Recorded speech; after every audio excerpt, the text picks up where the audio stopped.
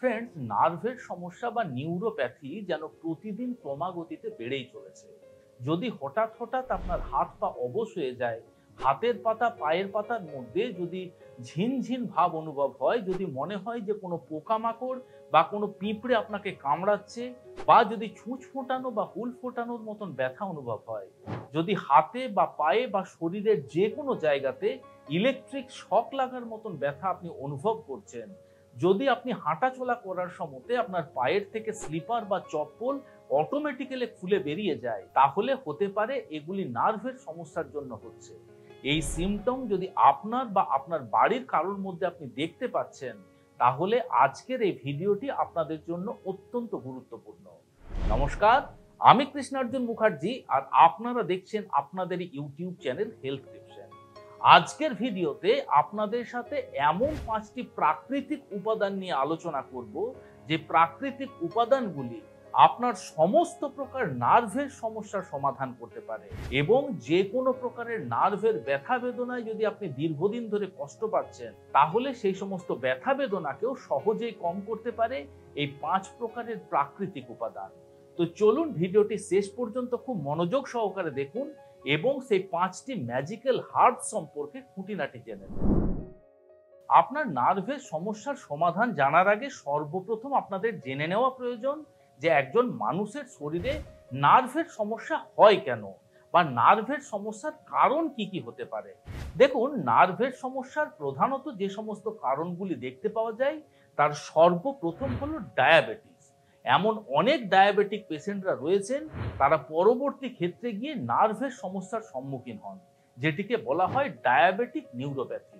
এছাড়া যদি আপনার শরীরে ভিটামিন বি এর ঘাটতি হয়ে যায়, অর্থাৎ মনে করুন ভিটামিন বি1, ভিটামিন বি6 বা ভিটামিন বি12 এর ঘাটতি যদি আপনার শরীরে হয়ে যায়, সেক্ষেত্রে অনেক সময়তেই এই নার্ভের সমস্যা হতে দেখতে পাওয়া যায়।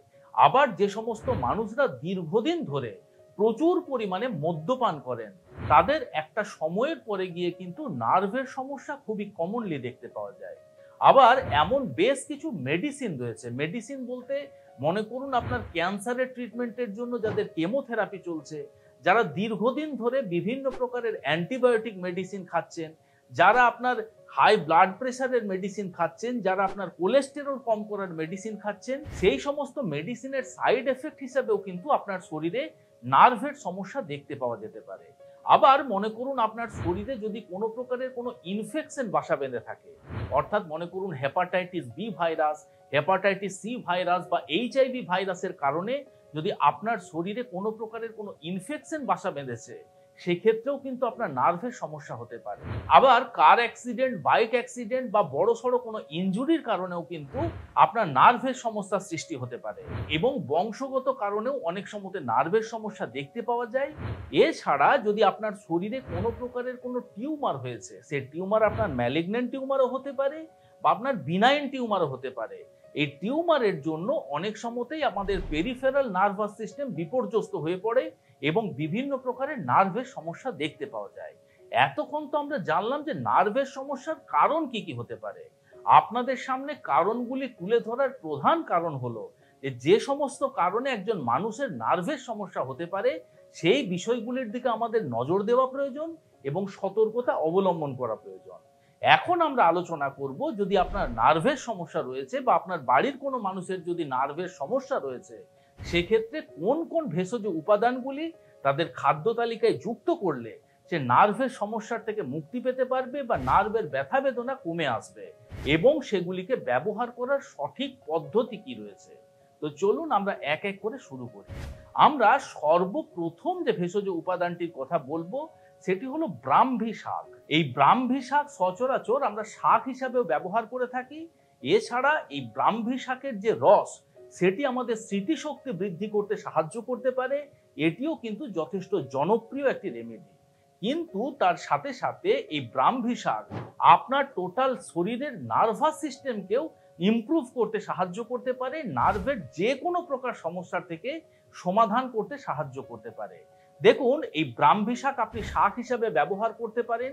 এছাড়া ব্রাহ্মী শাক শুকিয়ে সেটিকে পাউডার বানিয়েও আপনি গরম জলের সাথে 1 চামচ মিশিয়ে নিয়ে সারাদিনে যে কোনো একটা সময়তে আপনি পান করলেও এই নার্ভের সমস্যা থেকে মুক্তি পাওয়া যায়।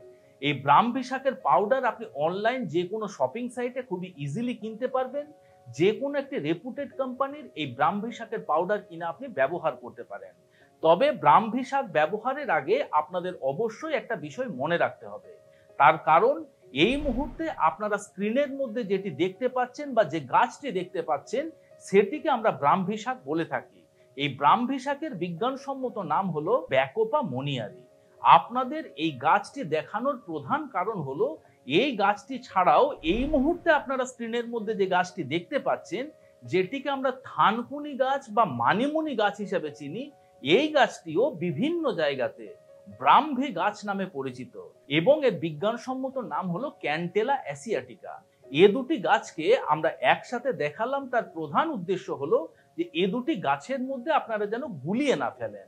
আমরা প্রথমে যে গাছটি দেখালাম সেই গাছটিকে আপনার যে কোনো নার্ভের সমস্যার জন্য আপনি ব্যবহার করতে পারেন। এই ব্রাহ্মী শাকের মধ্যে স্টেরয়েডাল স্যাপোনিন গ্লাইকোসাইড, ব্যাকোসাইড এ এবং ব্যাকোসাইড বি নামক বিশেষ 3 ধরনের বায়োঅ্যাক্টিভ কম্পাউন্ড রয়েছে, যেগুলি আমাদের নার্ভাস সিস্টেমকে ইমপ্রুভ করতে সাহায্য করতে পারে, আমাদের নার্ভের ফাংশনিংকে বেটার করতে পারে, নার্ভ সেলগুলিকে ড্যামেজের হাত থেকে প্রোটেক্ট করে রাখে এবং নতুন নিউরাল কানেকশনকেও তৈরি করতে সাহায্য করতে পারে। পরবর্তী যে ভেষজ উপাদানটি বলবো সেটি অত্যন্ত জনপ্রিয় একটি ভেষজ উপাদান, সেটি হলো টারমারিক বা হলুদ।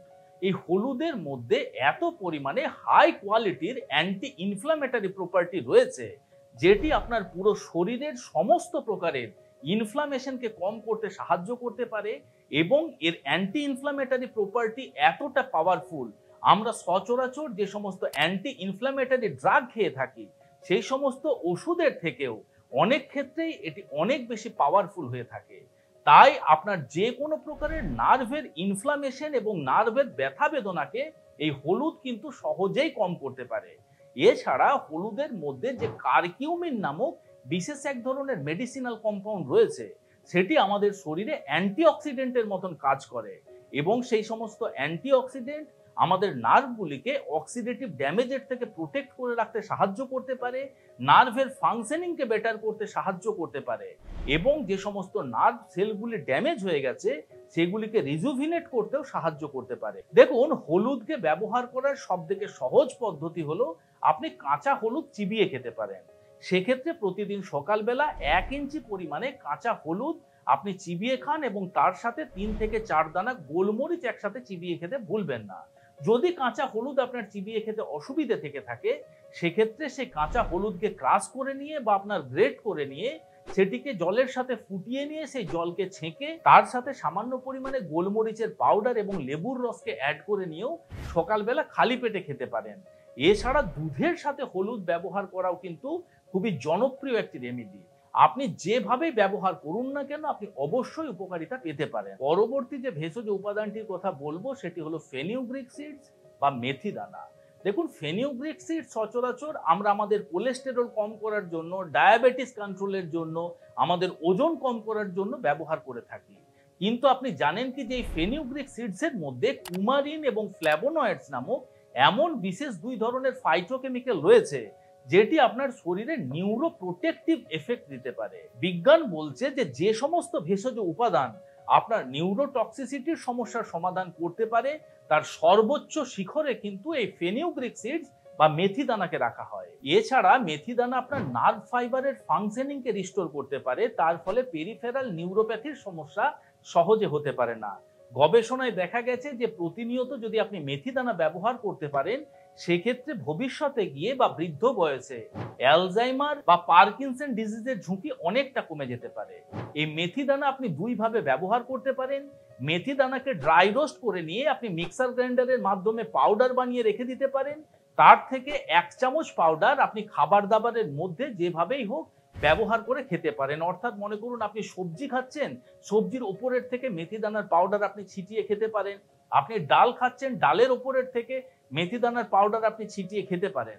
এছাড়া আরো একটি পদ্ধতি রয়েছে, সেটি হলো যে মেথিকে ওভারনাইট সোক করে বা সারা রাত্রি জলের মধ্যে ভিজিয়ে নিয়ে পরের দিন সকালবেলা সেই মেথি ভেজানো জল খেতে পারেন এবং সেই ভিজিয়ে রাখা মেথি দানাগুলি যদি চিবিয়ে খেতে পারেন, সেক্ষেত্রে আরো উপকারিতা পাওয়া যেতে পারে। পরবর্তী যে ভেষজ উপাদানটির কথা বলবো সেটি আসলে দুটি ভেষজ উপাদানের কম্বিনেশন।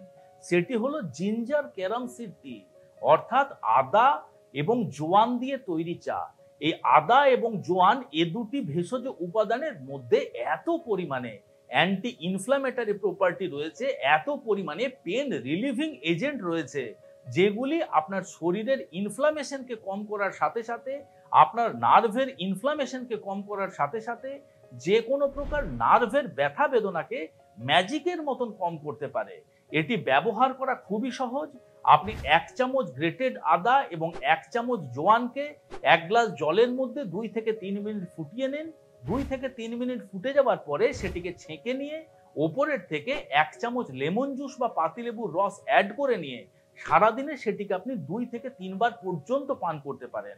আপনি কয়েকদিন ব্যবহার করলে দেখবেন যে কোনো প্রকার নার্ভের সমস্যার সাথে সাথে আপনার আর্থ্রাইটিসের যদি ব্যথা বেদনা রয়েছে, বা মনে করুন আপনার কোনো প্রকারের কোনো মাসেলের পেন রয়েছে, সমস্ত প্রকারের ব্যথা বেদনাকে কিন্তু এই ভেষজ উপাদানের কম্বিনেশনটি কম করতে সাহায্য করতে পারে। And last but not the least, flax seeds বা তিসির বীজ। দেখুন, ফ্ল্যাক্স সিডস বা তিসির বীজ আমরা এখানে ব্যবহার করতে বলছি তার কারণ এই ফ্ল্যাক্স সিডস বা তিসির বীজের মধ্যে রয়েছে প্রচুর পরিমাণে ওমেগা 3 ফ্যাটি অ্যাসিড। এই ওমেগা 3 ফ্যাটি অ্যাসিড আপনার নার্ভগুলিকে প্রোটেক্ট করে রাখতে সাহায্য করতে পারে। আপনার নার্ভের মধ্যে যদি কোনো প্রকারের কোনো ফাংশনাল প্রবলেম রয়েছে সেই প্রবলেমকে কম করতে পারে। দুটি নার্ভের মধ্যে যে ইলেকট্রিক্যাল সিগন্যালের যে আদান প্রদান সেটিকে ইমপ্রুভ করতে সাহায্য করতে পারে, আপনার নার্ভের ব্যথা বেদনাকে কম করতে পারে এবং আপনার নার্ভের সেলগুলিকে ড্যামেজের থেকে প্রোটেক্ট করে রাখতে সাহায্য করতে পারে। এছাড়া ফ্ল্যাক্স এর মধ্যে রিসলভিন নামক বিশেষ এক ধরনের প্রোটেক্টিভ মলিকিউল রয়েছে, যেটি আপনার নিউরোপ্যাথির সমস্যা বা নিউরোপ্যাথির সিমটমকে কম করতে সাহায্য করতে পারে। এবং এই তিসির বীজের মধ্যে রয়েছে প্রচুর পরিমাণে ভিটামিন ই। এই ভিটামিন ই আপনার শরীরে অ্যান্টিঅক্সিডেন্টের মতন কাজ করে এবং আপনার নার্ভগুলিকে অক্সিডেটিভ ড্যামেজের থেকে প্রোটেক্ট করে রাখতে সাহায্য করতে পারে। এই তিসির বীজ বা ফ্ল্যাক্স সিডস ব্যবহার করাও খুবই সহজ। এই ফ্ল্যাক্স সিডসকে নিয়ে আপনি ড্রাই রোস্ট করে নেন, সেটিকে মিক্সার গ্রাইন্ডারের মাধ্যমে একটি পাউডার বানিয়ে এয়ারটাইট কন্টেনারের মধ্যে রেখে দেন। এখন এই পাউডার আপনি প্রতিদিন হাফ চামচ করে সারাদিনে 2 বার শুধু মুখে খেতে পারেন, জলের সাথে মিশিয়ে শরবতের মতন করে খেতে পারেন, আপনি দুধের সাথে অ্যাড করে খেতে পারেন, আপনি দইয়ের সাথে অ্যাড করে খেতে পারেন। আপনি যেভাবেই খান না কেন আপনি কিন্তু সমান উপকারিতা পাবেন। তাই সবশেষে আমি একবার বলতে চাই যে আমি যে 5 প্রকার খাবারের কথা বললাম প্রত্যেকটি আপনার খাদ্য তালিকায় নিয়মিতভাবে যুক্ত করতে হবে এমনটা নয়।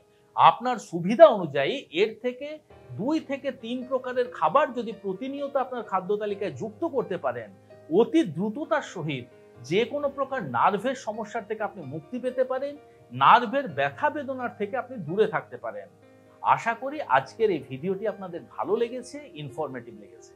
যদি ভালো লেগে থাকে বন্ধুরা, তাহলে অবশ্যই ভিডিওটিকে লাইক করবেন।